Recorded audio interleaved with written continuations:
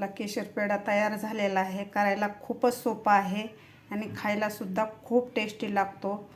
आपण जसा बिकानेरमधून आणतो अगदी त्याच प्रकारे आज आपण घरी बनवलेला आहे। योग्य प्रमाण घेऊन तुम्ही सुद्धा करून बघा। चला तर मग आजच्या रेसिपीला सुरुवात करूया। नमस्कार, अस्सल मराठी किचनमध्ये तुमचं स्वागत आहे। तर रक्षाबंधन जवळ आलेलं आहे, तर त्यानिमित्तानं आज मी केशरचे पेढे बनवून दाखवणार आहे। तर तुम्ही कोणत्याही सणाला हे पेढे घरच्या घरी बनवू शकता। अगदी कमी सामानामध्ये आणि कमी वेळात हे पेढे तयार होतात। अगदी आपण मार्केटमधून आणतो अगदी त्याच प्रकारे हे घरी पेढे तयार होतात।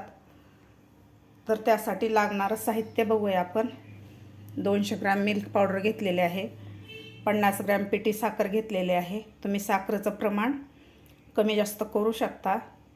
इथं मी अर्धा कप दूध गरम करून थंड करून घेतलेलं आहे।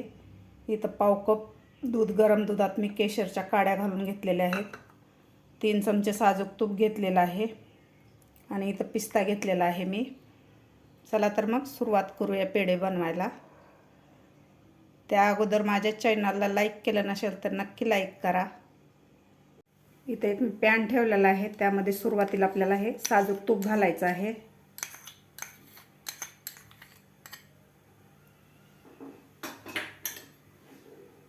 त्यानंतर यामध्ये आपल्याला दूध घालायचं आहे।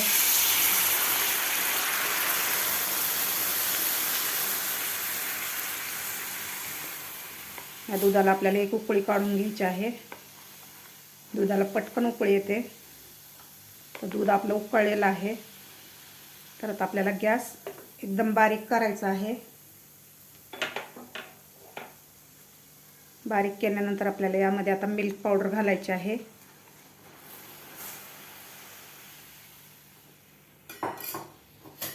आता आपल्याला याच्या पूर्ण गुठळ्या मोडून घ्यायच्या आहेत। गॅस आपल्याला एकदम बारीक ठेवायचा आहे।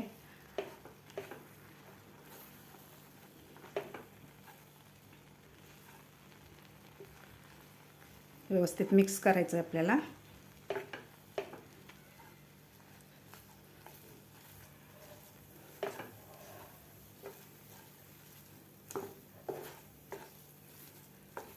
बनवायला अगदी सोपा आहे हा केशर पेढा। अगदी पहिल्यांदा सुद्धा चुकणार नाही, एवढा सोपा आहे। तर व्यवस्थित आपली मिल्क पावडर मिक्स झालेली आहे।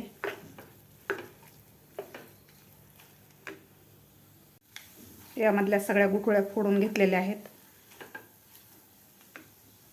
तर यामध्ये घालायचं आपल्याला केशर घालून घेतलेलं दूध घालायचं आहे।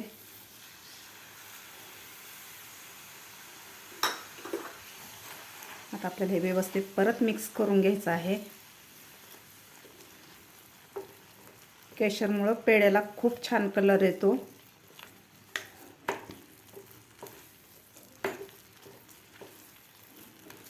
व्यवस्थित आपल्याला हे मिक्स करून घ्यायचं आहे।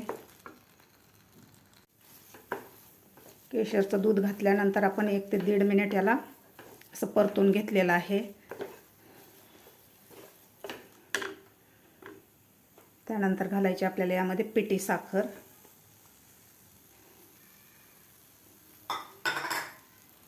तर पिठीला साखर घातल्यानंतर आपल्याला हे व्यवस्थित मिक्स करून घ्यायचं आहे। पिठी साखर घातल्यानंतर आपलं हे मिश्रण थोडंसं असं पातळ होतं। पिठी साखर घातल्यानंतर त्याला थोडंसं पाणी सुटतं। तर व्यवस्थित आपल्याला हे मिक्स करून घ्यायचं आहे।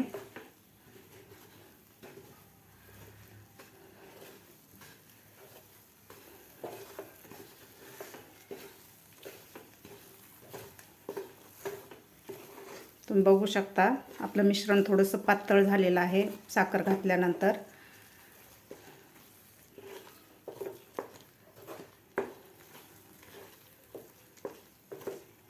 आपण कुठलाही खवा किंवा मावा न वापरता आज पेढे बनवणार आहोत। अगदी खव्याची जशी टेस्ट लागते अगदी त्याच प्रकारे ह्या पेढेची टेस्ट लागते। साखर घातल्यानंतर बरंच आपलं मिश्रण थोडंसं पातळ झालेलं आहे। आता आपल्याला 2 ते 3 मिनिट हे मीडियम गॅसवर आपल्याला हे मिश्रण असं घट्टसर होईपर्यंत परतून घ्यायचं आहे।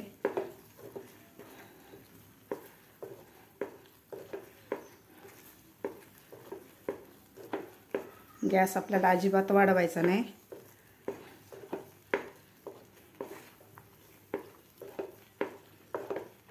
दोन ते 3 मिनिटात हे मिश्रण एकदम असं घट्टसर होतं.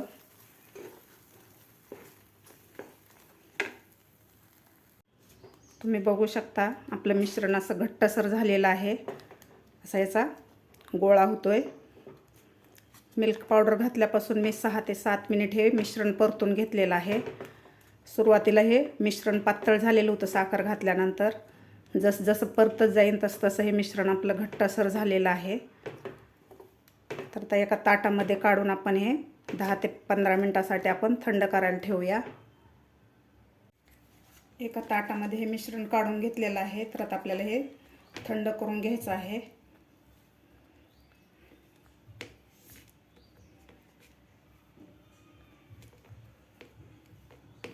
आपलं मिश्रण असं परफेक्ट झालेलं आहे. तर आता आपण थंड करून घेऊया. 10 ते 15 मिनिट झालेलं आहे. तर मिश्रण आपलं थोडंसं थंड झालेलं आहे.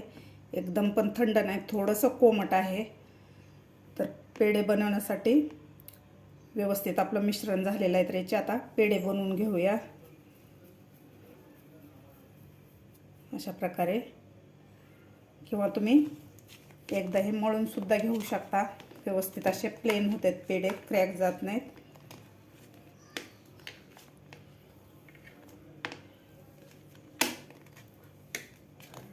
व्यवस्थित याचा एक आपण गोळा बनवून घेऊया.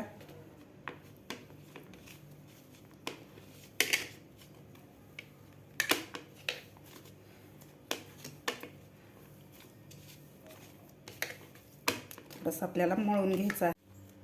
असं व्यवस्थित असं मळून घेतलेलं आहे मिश्रण. एकदम असं प्लेन झालेलं आहे. हे मिश्रण पातळ झालं तर तुम्ही यामध्ये थोडीशी मिल्क पावडर घालू शकता, किंवा घट्टसर झालं तर थोडंसं 1 चमचाभर दूध घालू शकता. तर आपलं मिश्रण परफेक्ट झालेलं आहे. यामध्ये मिल्क पावडर किंवा दूध घालायची गरज नाही. तर आता आपण याचे पेढे बनवून घेऊया. तुम्हाला हव्या त्या आकाराचे तुम्ही पेढे बनवू शकता. तुम्ही बघू शकता अशा प्रकारे यामध्ये असं अंगठ्याच्या साहाय्याने थोडंसं प्रेस करून घेऊया. अशा प्रकारे आपला पेढा झालेला आहे. तुम्ही बघू शकता. अशाच प्रकारे आपण दुसरे सुद्धा पेढे बनवून घेऊया.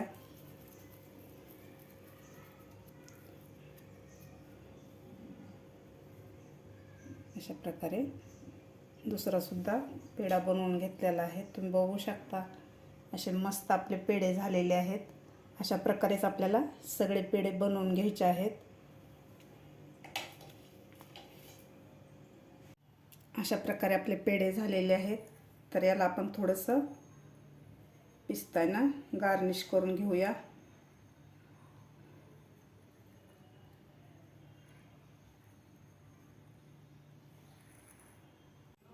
आपण पिस्त्यानं थोडंसं गार्निश केलेलं आहे. कलरसुद्धा खूप छान आलेला आहे. यामध्ये आपण केशरचा वापर केलेला आहे, त्यामुळे केशरचा फ्लेवर खूप छान लागतो यामध्ये. आणि कोणी म्हणणारसुद्धा नाही आहे आणि कुणाला कळणारसुद्धा नाही की हे घरी बनवलेले आहेत. खायला खूप टेस्टी लागतात. हे इन्स्टंट पेढे तुम्हीसुद्धा करून बघा. माझ्या चॅनलवर अजून नवीन असाल तर माझ्या चॅनल लाईक करा, शेअर करा. अजून सबस्क्राईब केलं नसेल तर सबस्क्राईब करा. भेटूया अशाच एका नवीन रेसिपीसोबत.